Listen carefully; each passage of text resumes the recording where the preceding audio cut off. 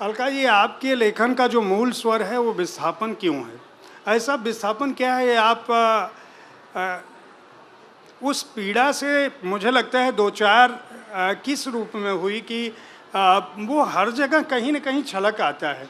और जिस विस्थापन को आप इतना दर्द महसूस करती हैं जिसका, उसने कितनी ज़्यादा समृद्धि सांस्कृतिक तौर पर भी हम कहें और पूंजी के तौर पर भी कहें तो आज पूरी दुनिया में विस्थापन हो रहा है और लोग अपनी इच्छा से अपना देश छोड़ रहे हैं और उसके लिए मारामारी कर रहे हैं। यहाँ तक कि जिस विस्थापित समाज के दर्द को आप दर्ज कर रही थी, उसने बंगाल के सांस्कृतिक विरासत को बहुत हद तक, और बंगाल ही क्यों कहूँ मैं, पूरे देश की सांस्कृतिक विरासत को समृद्ध किया है। तो ये दर्द वाला पार्ट इतना महत्वपूर्ण क्यों है कि आप उसको जब भी मौका मिलता है उसको बहुत अच्छे ढंग से दर्ज करती हैं? देखिए, सबसे पहले मैं आपको जानकीदास तेजपाल मेंशन के विस्थापन की बात बताऊंगी। कलकत्ते में 1970 के दशक में जब मेट्रो रेल की खुदाई हुई तो कलकत्ते का जो सेंट्रल एवेन्यू था उस पर आमने सामने के सारे मकान सड़क की तरफ झुक गए।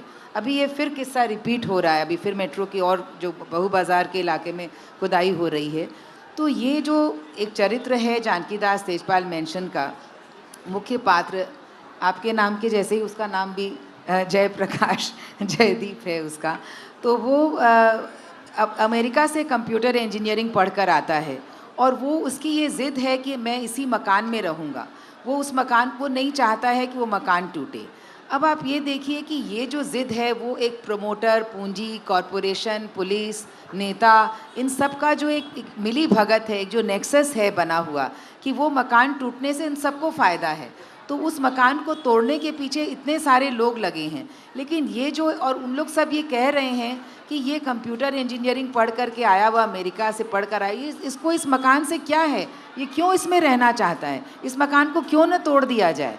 तो ये देखिए कि मतलब कि अब ये आपकी अपनी एक जो मनुष्य की जो एक अपनी पहचान होती है, उस पर जो उसकी टिकने की एक ज़िद होती है, वो कहीं ना कहीं उसकी उस पहचान को, अपनी स्मृतियों को बचाए रखने की जो उसकी जो इच्छा है, उसकी जो आकांक्षा है, उसका जो संघर्ष है।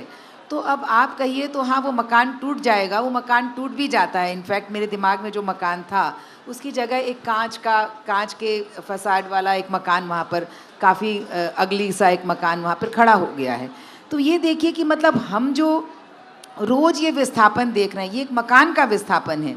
ये मकान एक इंसान से ज़्यादा ये एक मकान का विस्थापन है, एक शहर का विस्थापन हो रहा है। किस तरह से कलकत्ते के राइटर हैं अमित चौधरी, उन्होंने ये बहुत बड़ी मुहिम छेड़ रखी है कि जो बंगाली मोहल्ले थे जिनमें एक ख़ास तरह के का एक कल्चर था, एक गेट के बाहर उनको रॉक कहते थे, बैठने के लिए लोग बैठ जाते थे गुजरते हुए बातचीत करने के लिए। तो ये सारे मकान तोड़े जा रहे हैं, उनकी जगह ऐसे ही कांच के मकान बन रहे हैं। अब आप इसको समृद्धि कहेंगे या आप इसको क्या कहेंगे? क्योंकि मैं वेनिस में बहुत दिनों तक रही हूँ, मैंने वहाँ एक कोर्स भी पढ़ाया। मैंने देखा कि वेनिस का शहर 1200 साल पुराना शहर है और वहाँ जितने भी मकानों की रिपेयरिंग तो होती है क्योंकि इतने पुराने मकान हैं, पर उस मकान का जो फसाड होता है, उसका जो मुखड़ा जो होता है, उसका एक चित्र बना करके उतना बड़ा 4 तल्ले जितना बड़ा चित्र उस पर लगा दिया जाता है कि ये मकान यहाँ पर ऐसा है, और उसके बाद उसके अंदर की रिपेयरिंग होती है। आप उसमें कुछ भी नहीं बदल सकते हैं। तो सवाल ये है कि आप अपने इतिहास को तोड़ने को समृद्धि मानेंगे या अपने इतिहास को बचाने को समृद्धि मानेंगे? आपका ये मन है कि आपका घर टूट जाए और उसकी जगह एक नया चकाचक घर बन जाए, या आपको लगे कि हम मेरा जो स्मृतियों का घर है वो मेरा बचा रहे? तो ये मनुष्य, और आप जो कह रहे हैं कि लोग मारामारी कर रहे हैं विदेश जाने के लिए, तो देखिए ये बाज़ार ने और पूंजी ने ये हमको सिखाया है, ये कहीं ना कहीं हमारी जो मेंटल कंडीशनिंग की है कि मतलब कि अब जो सुख है, जो हैप्पीनेस का इंडेक्स जो कहते हैं, तो वो इसमें ही है कि हम सब कुछ अपना जाना पहचाना छोड़कर और चंद रुपयों के लिए आप कहीं और दूर बस जाएं।